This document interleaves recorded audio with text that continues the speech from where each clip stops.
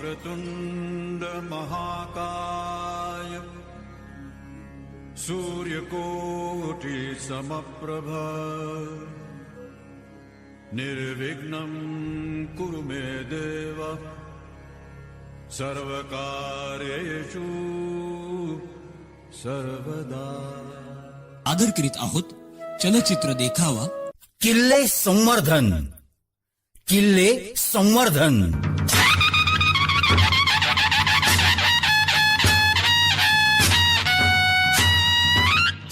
मुजरा राज या रायबा या। आज कसं काय येणं केलं? राज आज मुद्दामच तुमच्या भेटीला आलो बघा। रायबा काही खास वजह? महाराज आपण या गडकोटांसाठी काय नाही केलं। स्वराज्याच्या अनेक शिलेदारांनी या किल्ल्यांवर लढता लढता प्राणार्पण केलं, पण आजच्या पिढीला या गोष्टीचं भानच नाही। रायबा आपल्या बोलण्याचा मतलब आमच्या ध्यानी नाही आला। राज आजच्या तरुण पिढीला येड लागलंय, येड। अहो स्वतःचा फोटो स्वतःच काढतात आणि सेल्फी का कुल्फी असं काहीतरी म्हणतात। म्हणजे आता मलाच कळना झालंय कसली ही सेल्फी का कुल्फी आणि त्यात कसली आली ओ शिवभक्ती। राज कधी कधी जीव सुद्धा गमवावा लागतो या सेल्फी का कुल्फी पायी। रायबा तुमचं म्हणणं पटतंय आम्हाला। महाराज माझ्या बरोबर किल्ल्यांवर चला। अहो या आजकालची तरुण पोरं स्वतःच्या जीवाशी कशी खेळतात ते तुम्हासनी दावतो।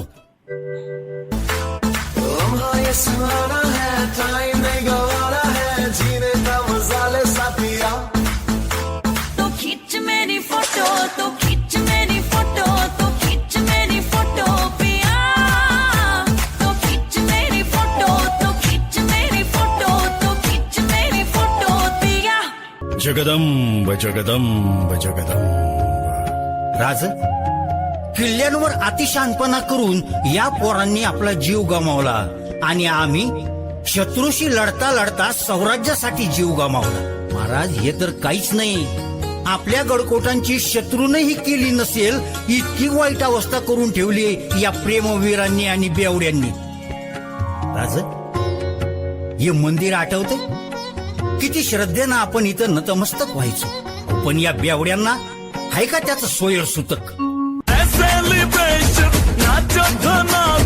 म्यूजिक बजाओ तो ये सबसे आज की पार्टी मेरी तरफ से, आज की पार्टी मेरी तरफ से, चमको बोलो मेरे पलक से, आज की पार्टी मेरी तरफ से। निसर्गरम्य गडाची ही अवस्था बघा। आता मला सांगा असल्यांचं बूड का बरं नाही शेकावं? रायबा फितुरांना सोबत घेऊन शत्रूनं केलेल्या आक्रमण प्रसंगी आम्हाला जेवढ्या वेदना झाल्या नाहीत तेवढ्या वेदना आज ही अवस्था बघून आम्हाला होत आहेत। जगदंब जगदंब जगदंब। महाराज अहो या समद्यावर कडी म्हणजे ज्या तटबंदी बुरुजावर उभं राहून आपल्या मावळ्यांनी ऊन पाऊस वाऱ्याची पर्वा न करता अहोरात्र जीवाचं रान करून ज्या गडकोटांचं रक्षण केलं, त्याच तटबंदीवर प्रेमवीर कसे एकमेकांच्या गळ्यात गळे घालून बसलेत बघा।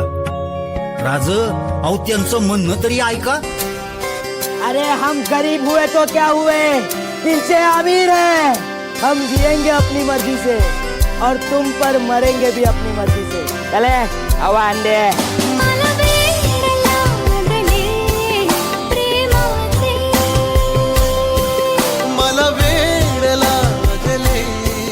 आपण टाइमपास नाही करत आहे, आपलं सिरियसली जाम प्रेम आहे तुझं।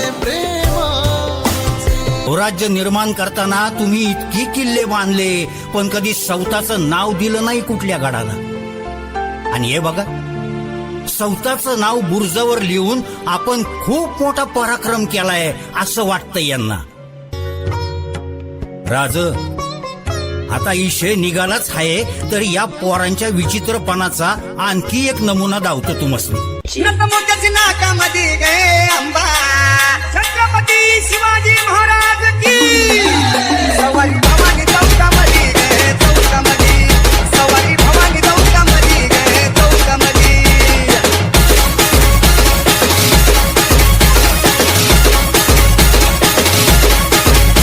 बा आता बास.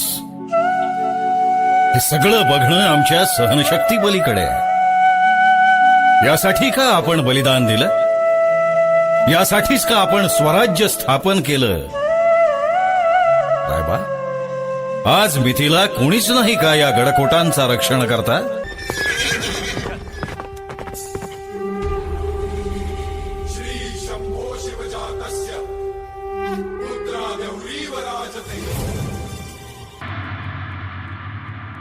यवनांच्या अत्याचारातून रयतेला माता भगिनींना मुक्त करण्यासाठी महाराजांनी जन्म घेतला.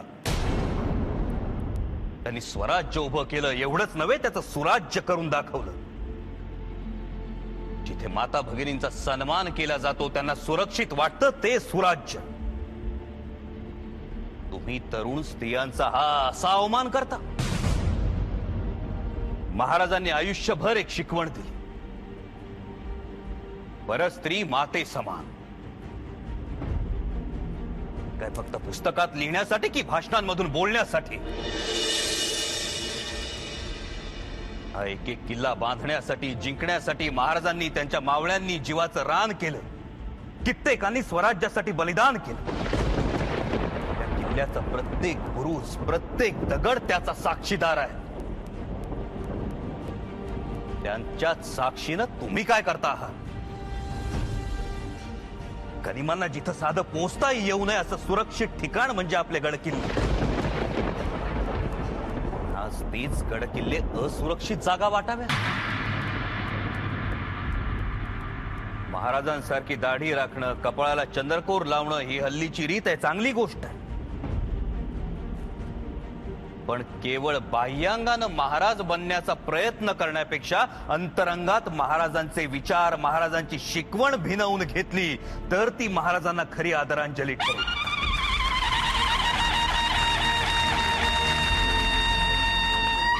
उत्सवांसाठी, मिरवणुकांसाठी महाराजांनी कधीच जन्म घेतला नव्हता, कधीच नाही. त्यामुळे महाराजांच्या जन्माविषयी चर्चा करण्यापेक्षा उभा जन्म, महाराजांनी ज्या कार्याला स्वतःला वाहून घेतलं, त्या कार्याची प्रेरणा घेतली तर ती खरी शिवजयंती ठरेल.